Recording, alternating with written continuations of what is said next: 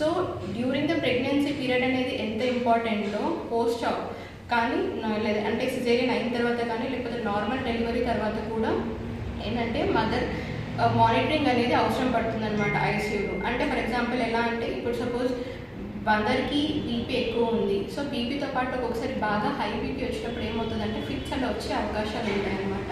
So ఆ టైంలో ఏంటంటే మనం ఐసీయూలో పెట్టుకొని బీపీ కంట్రోల్ అదంతా చూసుకోవాలి. బీపీ కంట్రోల్ అనేది లేదనుకోండి ఫిట్స్తో పాటు లోపల వాపు రావడము, స్ట్రోక్స్ రావడం కూడా అట్లా జరిగే ఛాన్సెస్ ఉంటాయి అన్నమాట.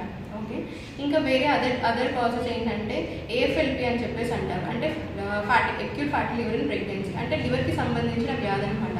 అది ఏంటంటే ఆల్మోస్ట్ నెలలు నిండుతున్న టైంలో ఐదర్ అప్పుడు కానీ లేకపోతే డెలివరీ టైంలో కానీ డెలివరీ తర్వాత కానీ బయటపడే ఛాన్సెస్ ఉంటాయి. సో వీటన్నిటికీ ఏంటంటే మార్టాలిటీ అనేది ఎక్కువ ఉంటుంది. అంటే మదర్ ప్రాణాపాయ పరిస్థితిలో ఉండే ఛాన్సెస్ ఉంటాయి అన్నమాట. అంటే కరెక్ట్ టైంలో diagnosis, timely intervention and post of care అదంతా తీసుకోవడం వల్ల ఏంటంటే సో మెటర్నల్ మార్టాలిటీ అనేది మనం తగ్గించే ఛాన్సెస్ ఉంటాయి.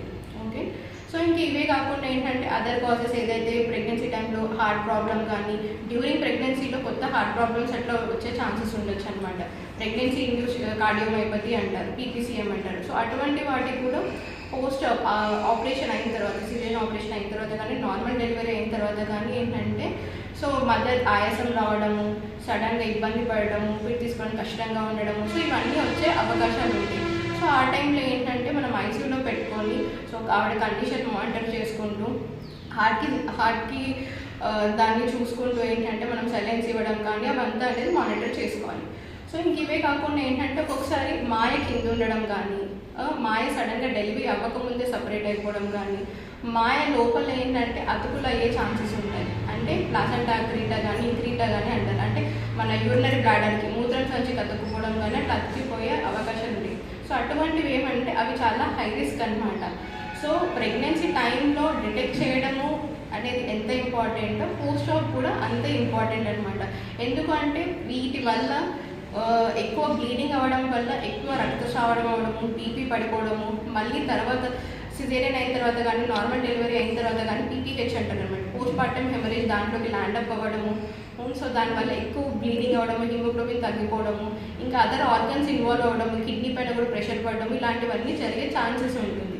సో ఇవన్నిటికి వాటికి ఏంటంటే పోస్ట్ ఆఫ్ మల్టీడిసిప్లినరీ కేర్, మన గైనకాలజిస్ట్ ఎంత ఇంపార్టెంటో pre op, during pregnancy, post ఆప్.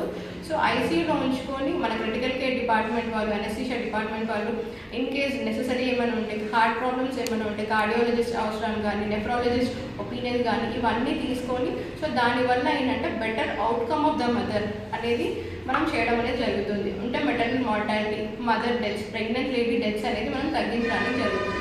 ఇదంతా ఎందుకు మనం మాట్లాడుకోవాల్సి వస్తుంది అంటే మనం లాస్ట్ 20 డెకేడ్స్ నుంచి చూస్తే మెటర్నల్ మార్టాలిటీ అంటే ఏదైతే ప్రెగ్నెన్సీ టైంలో కానీ పోస్ట్ ప్రెగ్నెన్సీ కానీ డెత్స్ అనేది చాలా సిగ్నిఫికెంట్ నెంబర్గా మనం తగ్గించుకోగలిగాం అనమాట. ఆల్మోస్ట్ ప్రీవియస్ అరౌండ్ 300 అట్లా ఉంటే ఇప్పుడు అరౌండ్ 1,00,000 మంది ప్రెగ్నెంట్ లేడీస్కి చూస్తే 88 మంది అనేది చనిపోతున్నారు అనమాట. సో దీంట్లో కొన్ని ప్రివెంటబుల్ కాజెస్ ఉంటాయి. ఏవి అంటే ఇప్పుడు మనం ఏదైతే మాట్లాడుకున్నామో హై రిస్క్ ప్రెగ్నెన్సీ